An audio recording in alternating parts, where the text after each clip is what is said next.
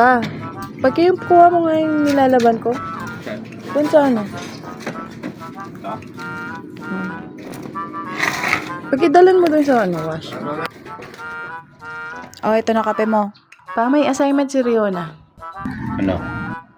Ano sa Tagalog yung I can't live without you? Hindi ko kayang mabuhay nang wala ka. Ah, may muta ka, oh. Tanggalin mo, may muta ka dito.